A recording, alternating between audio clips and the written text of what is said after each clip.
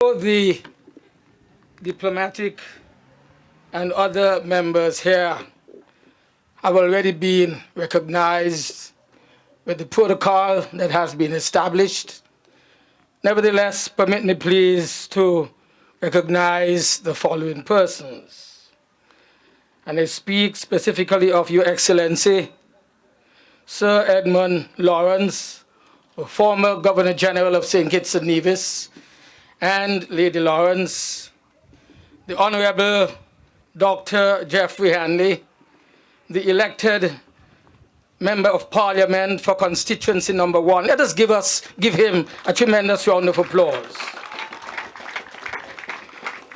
Our Senator, the Honorable Dr. Joel Clark, who hails from this constituency. Let us recognize her as well. Your Excellency, the members of the diplomatic corps who are here with us this afternoon, our distinguished family members of the national heroes, those who are being recognized here today in this ceremony.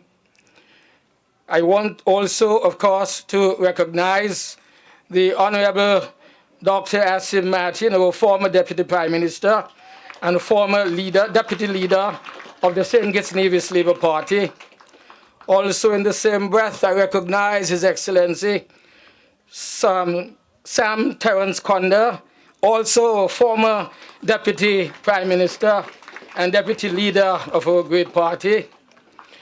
Let me also recognize Dr. Terence Drew, our distinguished chairman and our caretaker in constituency number 8. Comrade Diana Williams, our national secretary of our great party, and other distinguished members of the national executive of our party. I recognize as well, of course, our former candidates, all of them, constituency number 3, Honorable Conway Maynard, number 4, Ambassador Steve Rensford, number 5, Ambassador Kenneth Douglas, and number 7, Leon Natcher Nelson. Let us all recognize them here this afternoon in this brief ceremony. I would also like to recognize the President of the St. Kitts-Nevis Trades and Labor Union, Sydney Bridgewater, who is here, and other members of the union.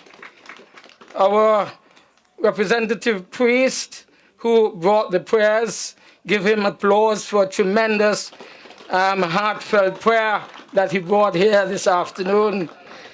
All of our children from our primary schools and our distinguished other members here, I recognize, of course, Reverend Sawyer, who was previously here at the Anglican Church in St. Paul's. I recognize the present president of the Nurses Association, and of course Dolores Gums, who also served in very many capacities and continuing to serve here. Let us recognize all of our special guests this afternoon here with us. And so today, I want to begin by saying, as we reflect on the actors whose sterling contributions to nation building have merited the designation of the title of national heroes, I am particularly inspired by the immortal words of Psalms 23, penned by the psalmist himself, David, one of the heroes of the Bible, whose life's experience can be interpreted by the words that comprise the theme of this year's independence celebrations, that is, resilience, innovation, and security for Independence 2020. We laud the significance of this day when we consider the milestones that we have attained in our own development as a people and a proud, progressive nation. we are compelled to pay homage to them for being the trailblazers of progressive policies and strategies that have shaped our thinking and projections, and in particular to the first national hero, the father of our nation, the Right Excellent Sir Robert Llewellyn Bradshaw, whose visionary leadership laid the foundation for conditions for prosperity that the Labour Party administration has brought to fruition during my tenure, during the period 1995 to 2015. This year, our focus is on resilience, innovation, and security as the overarching theme of the 37th year of our independence, quite relevant to our own experience and story. What really is resilience? I am sure our children here are asking themselves. When a people demonstrate resilience, they possess the capacity to adapt to and overcome challenges and withstand great diversity. They preserve and they persevere through difficult times and rise above oppressive forces and debilitating circumstances. This was an enduring trait of the men and women who preceded us on the pathway of nation building, and in whose footsteps we followed when we received the mantle to govern this, our beloved country. Resilience is what drove the Right Excellent Sir Robert Llewellyn Bradshaw and his team to revive the sugar industry and took that very bold historic step to nationalize the sugar lands and acquire the then sugar factory to ensure that the ordinary people of this country could lead better lives. And after the passed off the scene and we slipped into the oppressive era of 1980 to 1995, it was resilience that caused the people to arise from the dark and oppressive years of neglect, to move with confidence on the new Labour administration. Resilience is what it took, and resilience is what took us through the vagaries of recruiting and, of course, recurring the natural disaster that impacted us in the early years of our tenure. I can vividly recall the devastating blow to our housing stock, to the infrastructure and agricultural sector of our country. Critical funds earmarked for development had to be diverted to relief efforts and reconstruction, which placed a disproportionate burden on our small, vulnerable, fragile economy. Yet, they persevered. It was indeed our resilience and resolve, those enduring attributes of our forefathers, that inspired us to embrace futuristic and innovative policies, such as improved building codes with emphasis on security to minimize our risks. Yes, today we speak of innovation. Innovation as an attribute that is relevant for successful nation building. It was innovation and visionary leadership of our forebears that ushered in the universal or the comprehensive education policy that has made education accessible to the students who are citizens of our federation, removing the barriers that separated the wealthy from the poor. It was such program that provided opportunities for upward mobility for the children of sugar workers whose lives have been transformed with the opportunity to sit in the same classrooms and transition to tertiary education to become the proud professionals of today and of our future. Innovation and foresight from 1995 to 2015 that saw the implementation of the Village Freehold Land Initiative back in 1996 that empowered the ordinary people of this country who were denied prime land to once again stand as equals, as members of the plantocracy, and own the lands that for centuries were owned by their planters. It was innovation, yes, innovation, that saw materialization of government's strategic plan to revolutionize the housing stock of this country. A policy that was started by our heroes of the past, whose past legacy we revere today. It was that historic revolutionary thrust and program in housing that transformed this community of St. Paul's, which for 15 years had not seen one low-income house built here for the benefit of our people. Today, we have several housing development projects here in St. Paul's alone and throughout the entire constituency of number 6.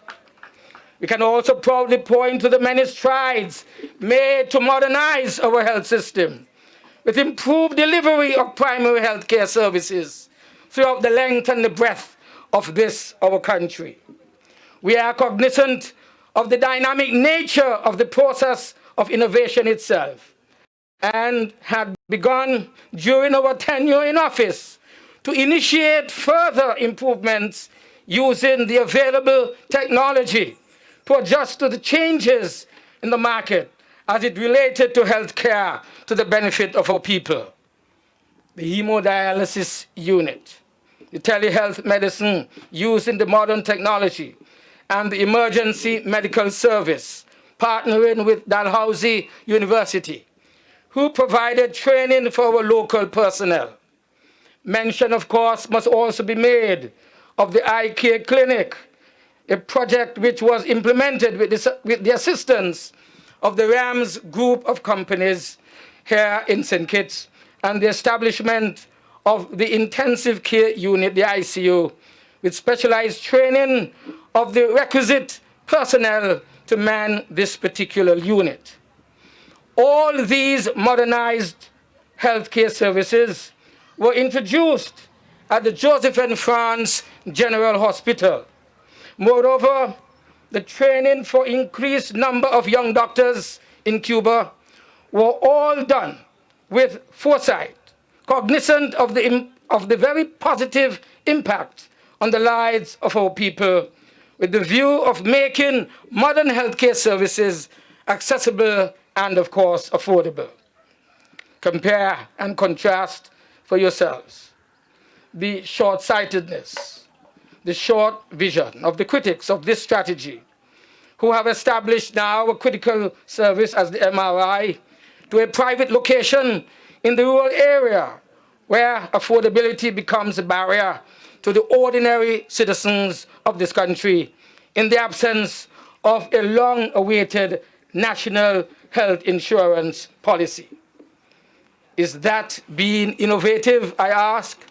Indeed, it was resilience, innovative thought, and novel strategies that fueled the phenomenon of economic growth here in our federation. During those very difficult years following the closure of our sugar industry, to transition from high levels of indebtedness and subsequently a global economic downturn, to implement a platinum investment program, the Citizenship by Investment program, that significantly improved fiscal performance and sparked growth in all sectors of the economy, especially the hotel tourism sector. Our internationally acclaimed growth strategy not only put the Federation to the front on a path to sustainable growth, but also to a large extent highlighted the country's image within the international community. Today, as we stand here in historic St. Paul's, on the threshold of the 37th year as an independent nation, The Twin Island Federation understands the true meaning of the words that comprise the theme of this year's independence and marvel at the relevance of the milestone that we have reached as an independent nation with the legacy of the distinguished national heroes. You heard for yourselves only a moment ago. It was the Right Excellent Sir Robert Llewellyn Bradshaw who said it to us at the point when we were thinking of bringing those days of statehood, semi-independence to an end. Back on the 2nd day of March, 1976, he declared that we were going to start our own negotiations with the British government for our independence. Give him again tremendous applause for that vision and foresight. The current global pandemic, I must say to you, has brought a new challenge to us. Security, of course, has become a reality for the international community as the more developed countries struggle to deal with the unprecedented cases of mortality.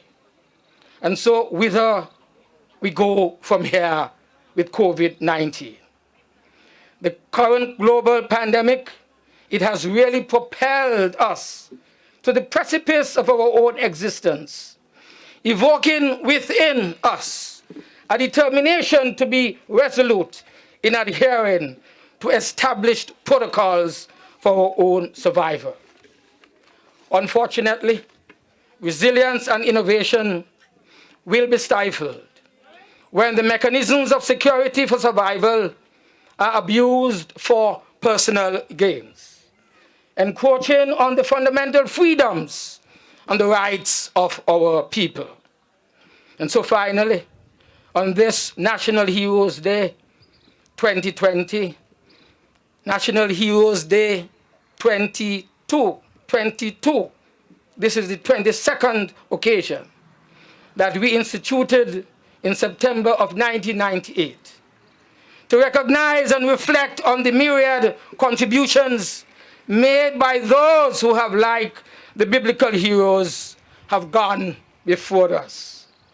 We will be encouraged by the counsel, the wise counsel in Hebrews chapter 12, which I quote, "Run with patience the race that is set before us, seeing that they encompass us like the biblical crowd of witnesses, to cheer us on, those of the St. Kitts-Nevis Labour Party, those of this great federation, to cheer us on to that finish line.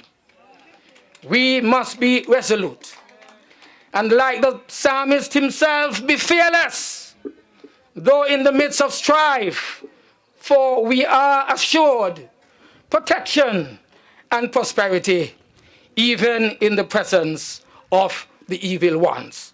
May God bless us here on this National Heroes Day 22. And happy Independence 37 to us all here in this federation. Thank you.